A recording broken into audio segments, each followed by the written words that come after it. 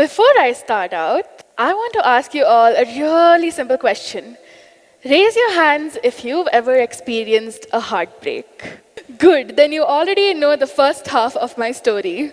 But I'm here today to talk about the second half of that story, which is the decisions that you'll have to make after the course of your heartbreak. Ever since I was a child, the worst question that I've ever been asked was, what do you want to be when you grow up? And with full confidence, I would climb up to whoever is asking that question and go, I want to be an artist.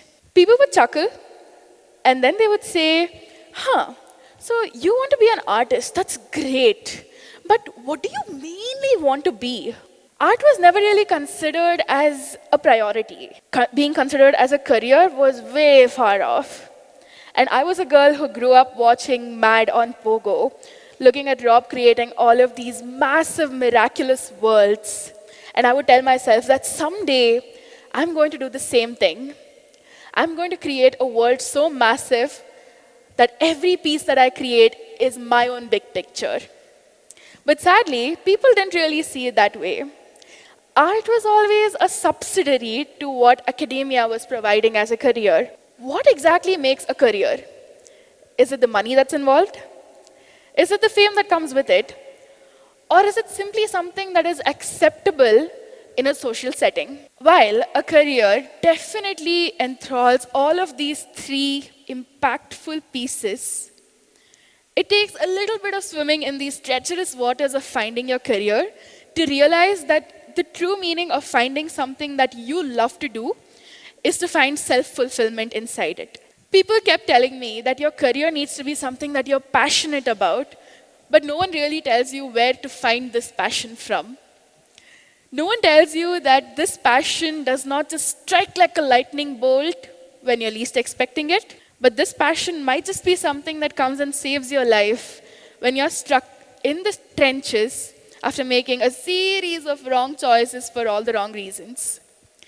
And I've made quite the number of ridiculous choices and 3 major heartbreaks that led to the person that I am today. So let's start off with heartbreak number 1. My parents are both doctors, and I come from a brown family, which means that naturally I have to become a doctor as well. I grew up with my grandparents because my parents were really passionate about saving lives, and they seldom had the time to come and take care of 2 children. And yes, no shade at them. They were really responsible with what they were doing. And my grandparents gave me everything to become the woman that I am today. But the people around us were always the first ones to point out and say that, hey, doctor left his children with his parents. I don't think he's responsible enough. People would point at my grandparents and say, Papa, they're so old and they're taking care of these kids. The kids are going to be so pampered. They're going to be so lost in life when they grow up. And as the self-imposed responsibility that I took over as the firstborn daughter, I chose academia over everything else because that was the only way to keep everyone quiet. To make sure that I was a grade A student so that no one could point a finger and say, hey, you spoiled that girl. You shouldn't have taken that decision when you grew up. Amidst rattamaring and becoming the first ranker in my class, the only solace that I found was in performing arts, in the fine arts that I explored. I had my paints, I had my skills, and I had my stage. And performing was the only way I could escape from the mundanity of living a life of academia. And as life would have it, exactly when I peaked, I fell in love with a boy who never deserved my time.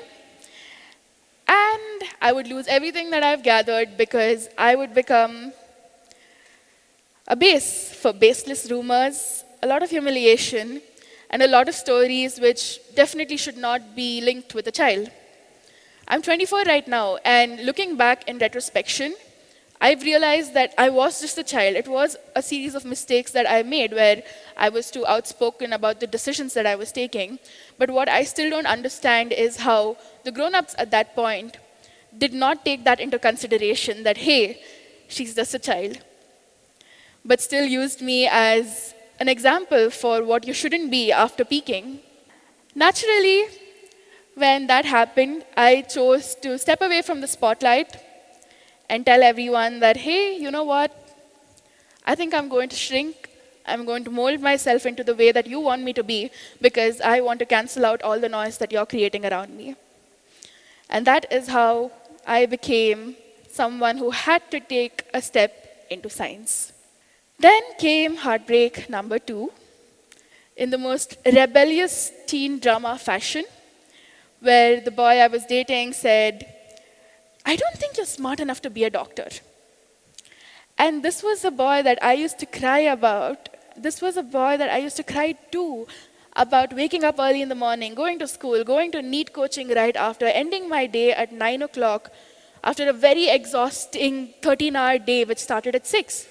And the only respectable decision that I could take back then was to say, you know what? I'm going to become a doctor harder. What I didn't realize was that I was signing a contract with the devil for a life that I never dreamed of, never imagined, and I was going to lose 6 years of my life in medicine. When I did think that breaking up with a man who did not believe in me was the hardest thing I could do, little did I know that the worst heartbreak that I would deal with was to be in a relationship with a career that I never wanted. Which leads to my life in med school. A very glorious place where you need to work very hard for 2 whole years of your life to crack one examination, just to struggle for 6 more years to crack one more examination. And I was told to not say all this in front of a bunch of students. I'm sorry. But every day in the anatomy hall would take a little piece of me away from me as well. I would be dissecting the dead while they would be looking at me with the same eyes. I would have a ghoulish way of living because every day was just a struggle to wake out, crawl out of bed, get into a bus, go to a college which I did not like, deal with people that I had nothing in common with, and come back home trying to be in one piece so that I don't break down on the way, because none of these choices that I'd chosen had led me to a life that I was looking forward to waking up to on a daily basis. The human body is an amazing creation, and studying about it is definitely a privilege. But while my mental health was already deteriorating, my physical health was also taking a toll in the same space. My amazing human body was giving up on me because I was trying to satisfy the hunger of not doing something that I loved with quite literally binge eating, which led to PCOS, which led to a physical breakdown of my body. And I thought that it is the lowest it can go because there is no comeback from a space where there's no return from.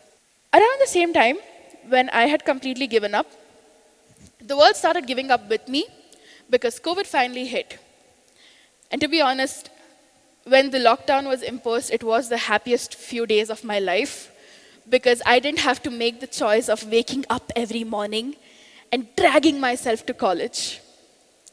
I finally realized that I have a little bit of time to myself now where I can pick up my paintbrushes again, I can pick up my canvases again and start creating, something that I'd missed doing for the last 3 whole years.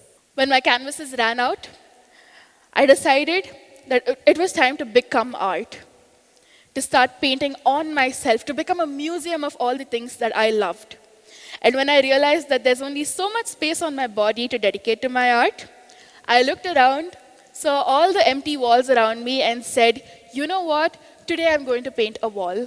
Thankfully, that was the mindset shift that I needed to move away from the trenches and come right back up to ground zero. And as people say, you attract the energy that you give out. I finally had the energy that was being multiplied tenfold to attract all the right people into my life. And my dearest friends said, why don't you come paint in my dad's office? Maybe that's a bigger wall for you to explore. And that's how I ended up with my very first commission project at the age of 17. This would go on for a little while until I realized that there are only so many walls that I can approach people for. And the eventual natural step would be to partner up with NGOs and select a few schools where I would be allowed to paint everything that I wanted. I met two young boys who started this NGO called Chitrakaran, who said, Bhumika, you have the creative freedom to choose any wall that you want, but the only creative freedom that we'll be limiting you to is the content on those walls. And if you've seen any government school around your areas, you'll know that that content is usually just Chota Bheem and other cartoon characters which carry absolutely no impact for the kids in those schools. These are children who do not have any funding for art classes, let alone art materials. So these are children who do not get the liberty to choose what they see on their walls. And a very rebellious 22-year-old Bhumika said, you know what, we are going to revolutionize all of these walls by putting up actual aesthetic masterpieces that the children can look up to on a daily basis. The only problem, though, was funding, as usual. And every time we'd go out to ask for funding, we were met with the same response, which was, but we're already paying someone to go paint cartoons in a government school. The idea was never received well enough because people were already stigmatized to what deserves to be on a government school. And the value behind these murals were never really appreciated. So even through these struggles of finding the right schools, finding the right people to fund our work, I was extremely exhausted, but it was the first time I'd felt alive in over 6 years. And it was also along this time that I met my partner, Karthik, who would go on to be my co-founder at Creativity, who would go on to be my partner in crime. And for the first time in my life, I would find someone who would look at me, not just with love, but with value, who would recognize the potential that I harbored even before I could see it in myself. I chose the captain of the football team, the jock of the college, and he chose the manic pixie artsy dream girl. And together we created Creativity, and we hosted Wall as Your Canvas, which was the entire state's first mural painting workshop, where we didn't go around asking people to come and sponsor our work. Instead, we said the public needs to be involved in public art. The only way people will realize how important these murals, these public art installations are, is if they're not just a viewer, but are an active participant in what is being created. Karthik would put his entire life on hold to hold my scaffoldings so that I could climb my career ladder. Karthik would say, my marketing job can wait because I am going to create a brand out of you. So when the marketing whiz met the creative one with the juices, obviously an explosion was about to be born. The very first Wall as Your Canvas that we hosted had just 15 strangers who came together on a Sunday morning, and over the 3-hour course of the workshop, we created a 12 feet tall giant astronaut, an astronaut that the children of the school had only heard of, but never really seen. And for an impact analysis, when we went back to the school the next day, and when we asked the children, what do you think that is? Most of them were unable to answer that it was an astronaut.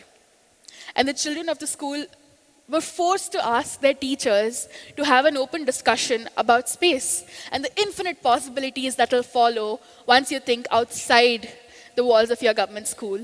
But these conversations could only start if the walls of the government school had a conversation starter, and that is what Creativity went out to provide. Over the last 3 years, we also realized that it's not just the people or the children of the school that we're trying to impact, but it's also the people who paint with us every weekend. These are 9-to-5ers who make up the Silicon Valley, and we give them a chance to rekindle the artist within them every Sunday. We start our workshop with affirmations which go, on a daily basis, I'm an engineer, I'm a doctor, I'm a lawyer, I'm this, I'm that, I'm this, I'm that. But today, I'm an artist. And over the course of the last 3 years, these are the kind of murals that have been put up as an installation in government schools, as opposed to the Doras and the Doremons, which have absolutely no impact. For our stats, because numbers matter, we've hosted around 160 workshops, We've painted over 300 murals in a very short span of 3 years. We've had around 7,000 strangers come together, find one new friend, break the pattern of just using their phones on a Sunday morning and chilling. We've transformed 12 schools, and in those 12 schools, we've picked up 400 students to come and paint with us so that they can also get a taste of what being an artist feels like. Wall by wall, mural by mural, we've proved ourselves.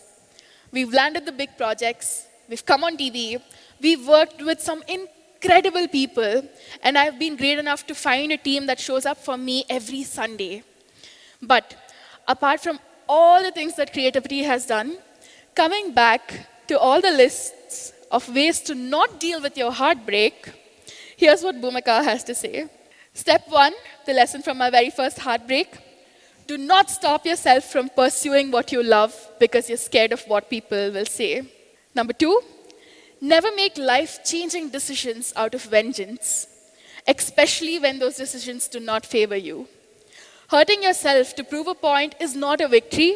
It's just self-sabotage that's wrapped with pride. Number 3, even when you feel so lost, deep in the trenches, or painfully behind, if you keep exploring the things that light you up, your passion will always find its way back to you, and it'll save you from the same things. Number 4, passion is powerful, but passion without discipline is just a hobby. If you don't show up for it consistently, you cannot build a life on the same passion that you want to explore. And lastly, before you make a big decision when you're heartbroken, you need to ask yourself, is this a reaction to how I feel right now? Or is this a choice that I'm genuinely making that will help me grow? Because one comes from a pain point, but the other comes from growth. Learn to tell the difference between the both. Do not be a passive observer within your own life, because every heartbreak can be a stepping stone, but only if you choose to climb it. Make sure that you're someone who says, I chose this, I built this, I did this, and not someone like me who'll say, this happened to me. And lastly, be the artist, pick up the brush, and paint the life that your heartbreak once tried to take away from you. Because if I had done this 6 years ago, I would have said this a lot sooner, that today I'm an entrepreneur, today I'm the director of creativity, today I'm the host of Wall as Your Canvas, but most importantly, today I'm an artist. Thank you so much, guys.